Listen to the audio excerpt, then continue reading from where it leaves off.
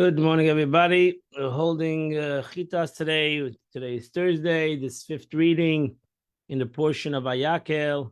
We are holding on chapter 36, verse number 20. There's going to be no Rashis, I believe, in this reading. Vayasa Kroshim, and then they made the planks. La Mishkan to the Mishkan, Atze Shitim, made them out of acacia wood. Aimdim, they were standing upright. Esed Amis Eirich HaKeresha. The 10 cubits was the length of each plank.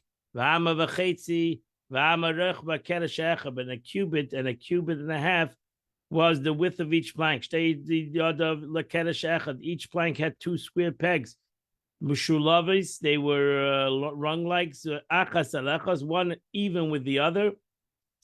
Keinasa lekasha mishkan. That's what he did to each and every keresh, each and every plank of the mishkan. Yasa Kroshel and Mishkan Asin Kroshel, he made it 20 planks for the southern side. And automatically each plank had two fingers.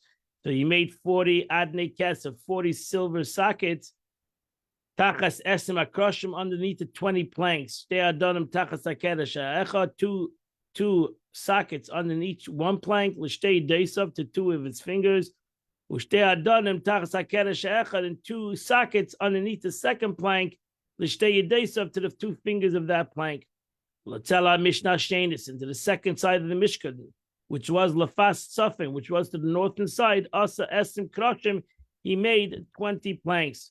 And automatically 40 sockets. Two adonim underneath one plank. Each plank had two adonim, two sockets. And to the western side of the Mishkan, also Shisha Kroshim made 6 planks. Then he made 2 other planks. Also Mishkan, he made 2 planks that would be on the corner of each side of the Mishkan. At the end of the Mishkan. They were matched evenly from below. And they were together matched on the top, each one equal. There was a ring on top of the on top of each plank that so they connected the top, they connected the bottom. So he did it to both of the corners. They had 8 planks and their silver sockets. Shisha also adonim, so it came out that the eastern side of the Mishkan had the west side of the Mishkan had 16 sockets. Each two sockets underneath every plank. And then he made bars of acacia wood. 5. For the 5 planks on the side of the Mishkan, there are 5 different bars. And 5 bars, the planks on the second side of the Mishkan. So each one had 5 bars. They actually had 2 bars, but each one was made out of 5, 2. So you had 5 altogether, and then the middle one is the 5th bar.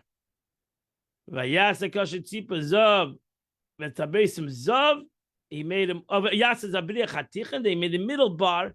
The middle bar went inside. The other bars were the outside. The middle bar went inside the entire, penetrated the whole Mishkan, the inner side of the Mishkan, from the beginning to the end. It must have been a humongous piece of wood. As a kroshim tzipa zav, and he took all these kroshim, he covered it with gold. With tabesim zav, and the rings were gold. Bottom lebrichim, which hold it to the bars. But yitzafes abrichim zav, he covered everything with gold. Verse 35. And then he made the dividing curtains. He made it out of blue, purple, and crimson wool. They were twisted of lime finnan, twisted of linen. Work of a master weaver. Also, they made them woven cherub side. They made cherub. I mean that that they had 2 pictures, 2 faces, a lion and a eagle. One on one side and the picture of the other on the other side. Then he made 4 pillars of acacia wood. Vayatzapim azav, he made them overlaid with gold. Vayitzakalem abad nekesav, and they made 4 hooks of silver. That was to the doorway. The doorway of the Mishkan had 4 planks of wood, acacia wood, which the curtain hung upon. Vayas masal pesach oil, and he made a screen to the entrance of the tent. Tchelas v'agamot lashani v'sheish mazar. He made them out of blue and crimson wool and twisted fine linen, the work of embroidery. V'samuda of chamisha, the 5 pillars and their hooks. V'tzipor hashem, and they overlaid their tops with the band of gold. Those pillars only had 1 socket per pillar, and that was made out of copper. Chapter 37, verse number 1. Yes, but and then you see that you realize that by the Mishkan, when it was told to be made, it was told the vessels and then the actual Mishkan in the portion of Truma. And Betzalel did it the other way. He actually made the Mishkan first, and then he made the utensils. This is a famous Gemara, the argument between Moshe Rabbeinu and Betzalel. What do you make first, the vessels or the Mishkan, or the Mishkan or the vessels? Yes, Betzalel saw the matzeh shitim, and Betzalel made the aron out of acacia wood. He made it 2 cubits long and a cubit and a half wide. And a cubit and a half its height. Now she said, Vayas Betzalel, since he devoted himself to the work more than other wise men, he Pasha gave his whole life to it. It's called on his name, Vayas Betzalel. Even though there were a lot of people who were involved, but Betzalel gave his whole life to the situation. And it's called on his name. It's a pairs of tur. They overlaid it with pure gold. We buy some bechutz inside and outside. So we know that he made 3 boxes. She explained already in Truma. He made 3 boxes. Yasli Zezov Sav, he made a crown around this box. And then he made 4 golden rings. On the 4 corners of this box. 2 rings on one side. 2 rings on the other side. And then he made poles of acacia wood. He overlaid it with gold. So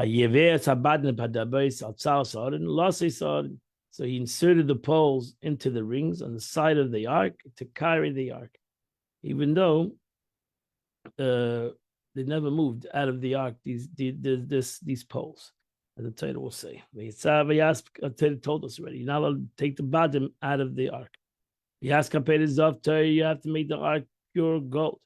2.5 cubits it's long, and a cubit and a half its width. And he made 2 golden cherubim out of gold. He made them out of 1 hammered piece of gold, the 2 ends of the cover. He made a cherub from one end, and he made a crew from the other end, mina kaperis, from the ark, from the cover. Asa sakruvim, he made these cherubim, mishnek tzesav, from its both ends. The cherubims had their wings spread upwards. Lamaila, they were above. But they were covering with their wings over the cover. And their faces faced one another. Ela kaperis, towards the ark, the faces of the cherub. I mean, they were facing each other, looking downwards. He made the table of acacia wood. He made it 2 cubits long. And 1 cubit its width. And a cubit and a half its height. He covered them with total gold. He made a golden crown around the rim of this table. And then he made a frame of a handbreadth width. All around, he made the golden crown to the frame around it. And then he made 4 casts of gold rings. And he put it As Atabis alabar pays, he put these 4 rings on the 4 corners of the table. Ashalabar to the 4 legs that were on the table. These rings were opposite the frame. These rings, bottom they were holders labadim to the poles that were put into it. When it came time to carry the shulchan. Verse 15. And then he made the poles of acacia wood. He made them overlaid with gold. To carry the shulchan. Verse 16. And then he made all the implements that were needed for this table. As karesa of its forms, as kapesa of its spoons, as knikiesa of its half pipes, as kushiesa, and it supports asher yisrbem zov ter, which he covered over totally with gold. So he all because the shulchan, it's called a table, but really the shulchan. So there was 2 concepts in this table. There was a table, and then there was this whole thing with this whole contraption to be able to hold the lechem upon the showbreads that were put upon it, one on top of the other. 6 showbreads on one side, 6 showbreads on 12 showbreads, lechem upon that were put upon this table, and that completes the chumash for today. We now go to the Tanya of the day. We're holding in the middle of chapter 32 of Tanya. Alter Rebbe says, when the Gemara says that you have to hate somebody who's a sinner, the Gemara is talking about somebody who is your friend, who's your so to say, somebody who you have the same level of learning and the same level of life, and he decides to go against chas v'sholem the Torah. So therefore, if you rebuked him and tried to help him and inspire, it didn't work, you have to hate him ultimately. If 100 times he's showing that he's specifically going against God, it's amazing. Then you have to, in essence, you have to basically you have to dislike this person.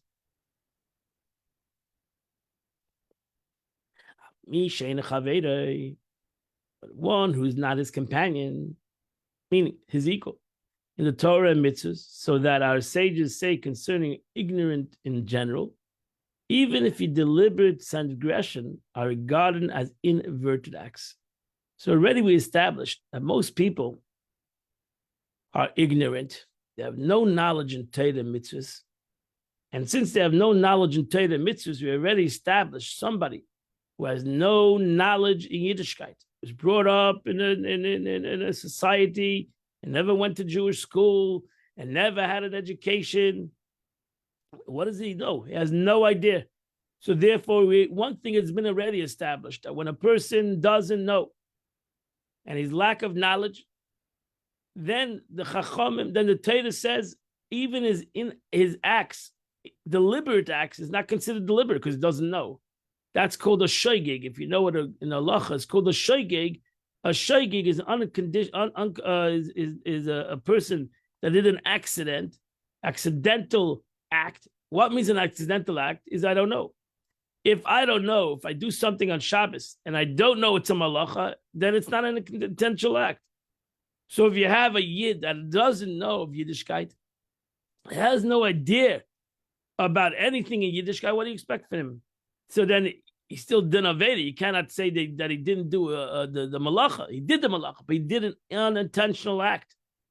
And therefore, a lot of yidden out there are doing a lot of avedas, but it's all unintentional. They have no idea what is a mitzvah. They have no idea what an aveda is. They have never been brought up. And even if you tell them about it, they still don't have the comprehension about it. And therefore, it's an inadvertent act, since he's unaware of the gravity of the sin. So a person can even know that's a sin, but he doesn't realize the gravity of the sin. And the truth is, that's why I should look at another Jew, that he pashit, the Eibishter forgives him. It's an inadvertent act. Nor is he intimate with him. He's a ve'ena mekudav etzlei. So the number one is He's not your friend. He's an unlearned Jew. You're a learned Jew. He's an unlearned. Number two is you're not close to this guy. Not only is one not enjoined to hate him, on the contrary. So such a yid, you have a yid, you meet a Jew, and he does not your friend. He's not learned as you. Then your aspect has to be, then your relationship has to be totally the opposite.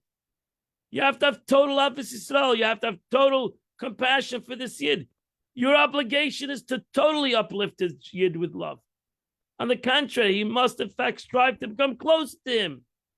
As Alter Rebbe will state shortly. Then it's your obligation. Then you realize, why did you meet this Jew? Then you have to go to the Baal Shem Tov taught, that when you meet a Jew, there's a reason why you met him. Why did you meet him? You met him for business. You met him only to go golf with him. You met this Jew to inspire him. So not only you're not allowed to look down on him, to hate him as such as a sinner is surely unjustified, since no sin that he commits is considered deliberate. There's also no reason to keep one distance from him out of fear that he will learn from his evil ways. The fulfillment of the Mishnah, do not fraternize with a wicked man, since he's not close personal terms with him in any case anyway. You don't have to worry about this person. That's the opposite. You meet a Jew that you feel that you can inspire him, that you feel you can elevate him, that you feel you can make him better. Zah Hillel. This is when you have to go to the statement of Hillel. Be from the disciples of Aaron. Oyev Shalom, love peace. Loving peace. Roidev Shalom, run after peace. Oyev Asabriyas, love the creatures. Abriyas. Briyas is creatures. Makayv and Latera. And bring him closer to you. The reason why you met this Jew, the reason why you have a relationship with this Jew is because the Abish is waiting for you to elevate this Jew, to inspire this Jew, to bring this Jew closer to Torah. Why does the Hillel use the word Briyas, creations? Why don't you say Avis Yehudim, love Jews? Avis Yehudi, love a Jew. Avis Yisrael, Avis Yisrael. He says Briyas, Leima. If you meet the uses of creatures, abriyas, means even those who you are far from God's Torah and the service of God, for which reason they are classified simply as creatures, briyas, ba'alma, because basically indicating the fact they are God's creation, is their sole virtue. They're not following Yiddishkeit. They're far from Yiddishkeit. They're not observant Jews. There are Jews that have no knowledge. There are Jews that don't know what they're doing. There are Jews that are in the dark. Why would you condemn them? Why would you put such a person down? You should be an inspiration to them. You know what? Maybe your Avas Yisrael, lav dafka, it's going to work.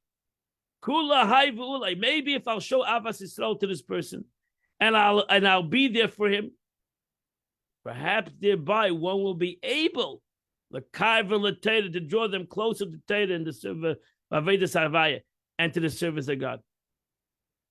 And if one fails, you inspired the guy and you brought him to your house and you gave him your beautiful Shabbos meal and you did everything. And you know what? Nothing happened. The guy was not inspired. He went on his way. You didn't lose the mitzvah. You still have the mitzvah of love another Jew. So lav dafka, every time you're going to love a Jew and you're going to try to inspire him, it's going to work. That's not your job. That if the Jew is going to be inspired or not, that's his job. Hopefully you're going to do the right job. As you know, as the statement says, the word that will come out from your heart will enter that person's heart.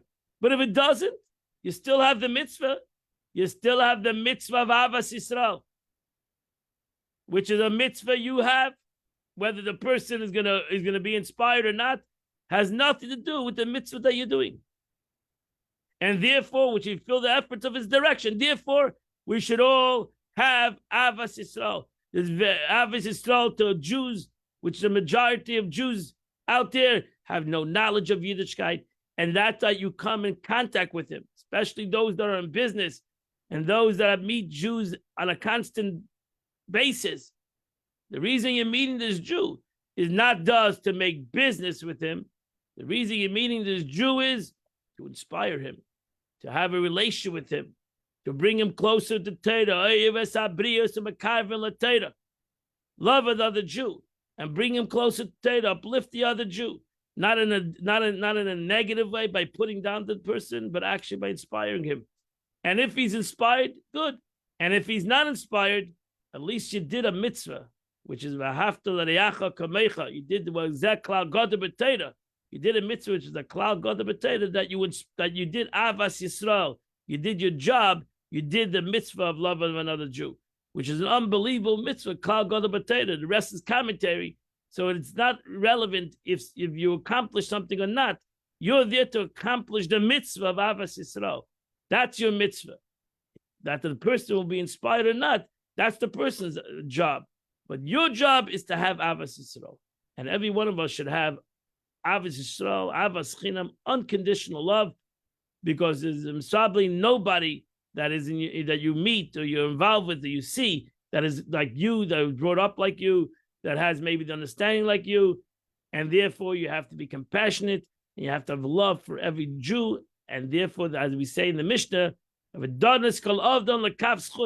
obligation is to judge everybody to the right, not to judge them to the negative, as the Chachamim judged everybody. Imagine Chachamim said that all Jews that have no knowledge, all their Avedis are all b'shoigeg. And then if they come in Yom Kippur and they fast, Itzum Hashem Achaper, the Eibush forgives all the shoigeg, all the sins, they forgives them. Because Yom Kippur Machaper makes the shoigeg into nothing. And the Eibush forgives all Yidden, because majority of them are a lack of knowledge. They have a lack of knowledge in the concept of Torah, mitzvahs, and the aspect of what the greatness of a mitzvah and what is the negative of their sin. It doesn't register by them. It doesn't register by them either way, the beauty of the mitzvah, and it doesn't register by them due to the lack of knowledge, the gravity of their sin. And that completes today's Tanya. I'm still in chapter 32 of Tanya. Today is the 27th day of the month, which is chapter 120 to chapter 134. If you do those 15 chapters, you would do the chitas of the day. I wish you all a beautiful, happy, healthy day. I invite you all at 10 o'clock. We're going to learn a sikh of the Rebbe on the portion. Everybody's welcome to come at 10 o'clock, either to Chabad or on Zoom, on Torah Direct, whatever makes you happy. Have a wonderful and beautiful and happy day.